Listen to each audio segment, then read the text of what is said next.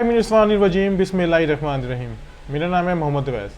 मेरे चैनल का नाम है स्काई इमिग्रेशन कंसल्टेंट्स। इस वक्त मेरी वीडियो देख रहे हैं मेरे YouTube channel Sky Immigration Consultants और मेरे Facebook page Sky Immigration Consultants पे। Japan tourist visa. जापान एक ऐसा कंट्री है कि जो आपको विदाउट ट्रैवल हिस्ट्री भी वीज़ा देता है।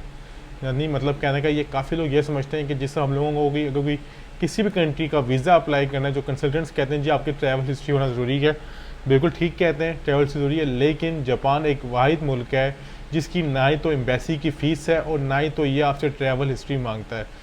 इसमें कोई शक नहीं, आपको उसमें अपना बताना पड़ता है पर्पज़ ऑफ ट्रैवल, आपका पर्पज़ का मकसद क्या, आप क्यों जाना चाह रहे हैं जापान, घूमने के लिए जाना चाह रहे हैं, बिजनेस मीटिंग्स के लिए जाना चाह रहे हैं या फिर स्टडी के लिए जाना चाह रहे हैं। इट्स डिपेंड्स अपॉन यू कि आप उसको किस तरह जाना चाहें। लेकिन अगर आपकी ट्रैवल हिस्ट्री नहीं है तो आप फिर भी जापान का वीज़ा अप्लाई भी कर सकते हैं और वीज़ा हासिल भी कर सकते हैं। ये बात मैं इसलिए कह रहा हूँ कि मेरे ऑफिस में इसकी कई मिसालें मौजूद हैं, बहुत सारी मिसालें मौजूद हैं। कुछ क्लाइंट्स तो ऐसे भी थे कि जिनके वीज़े लगे हुए ही नहीं थे किसी और कंट्री को, उनके वीज़े भी मिले।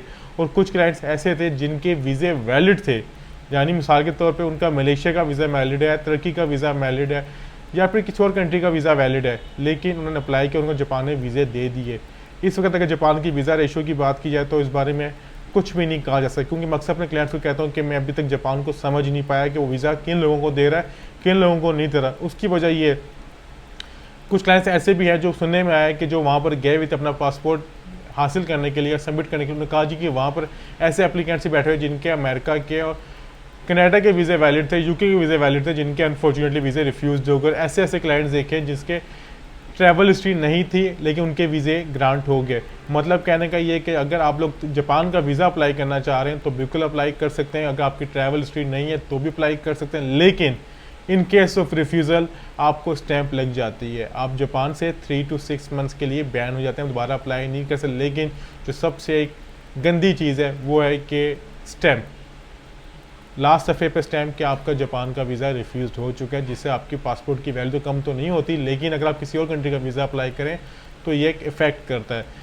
अगर आप वीज़ा अप्लाई करना चाह रहे हैं जापान का और हमारी सर्विस लेना चाह रहे हैं तो हमारी कंसल्टेंसी फीस है जस्ट और जस्ट 20,000, 20,000 रुपये। इसमें हम आपको hotel, ticket, insurance, travel plan, visa request letter, visa cover letter सब कुछ प्रोवाइड करते हैं। यानी आप साल में ये कह सकते हैं अगर आप जापान का वीज़ा हासिल करना चाहें तो आपको एजेंट से बचकर अगर हमसे लेंगे तो आपका टोटल एक्सपेंस 20,000 रुपये आएगा। हम आपके बात ये भी क्लियर करते हैं, हम लोग कोई डन बेस पे काम नहीं करते, ना तो हम लोग कोई गारंटी देते हैं।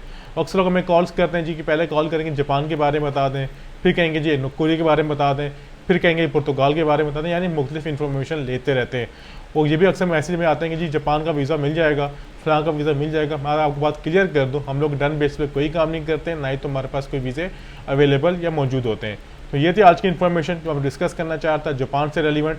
आप अगर जापान का वीज़ा अप्लाई करना चाह रहे हैं तो आपकी ट्रैवल हिस्ट्री ना भी हो तो भी आप वीज़ा अप्लाई कर सकते हैं, लेकिन वीज़ा आपको हमेशा वीज़ा ऑफिसर देता है। अगर वैसे समझे कि आपके डॉक्यूमेंट स्ट्रॉन्ग है आपको वीज़ा वो ग्रांट कर देगा। अगर समझे कि वीज़ा आपके डॉक्यूमेंटेशन पोटेंशियल नहीं है, मजबूत नहीं है, आपके सर्कमस्टेंस इतने स्ट्रॉन्ग नहीं है, तो आपको वो बैन का स्टैंप लगा सकती है, जो जापान से आप 3 to 6 मंथ्स बैन हो जाएंगे। आप इस वक्त आपके स्क्रीन पर विजिटिंग कार्ड चल रहा होगा जिसमें सारे नंबर्स किए हुए हैं, ये नंबर जस्ट और जस्ट सर्विसेज के लिए हैं। आपको हमने सारी फीसेस बता दी हैं, आपको सारी डॉक्यूमेंटेशन के बारे में बता दी है। अगर हमसे सर्विस लेना चाह रहे हैं तो हमसे रब्ता कर सकते हैं। आपसे दोबारा मैं लगा दो कि बहुत जल्द कोई नई इन्फॉर्मेशन के साथ। खुदा हाफिज़।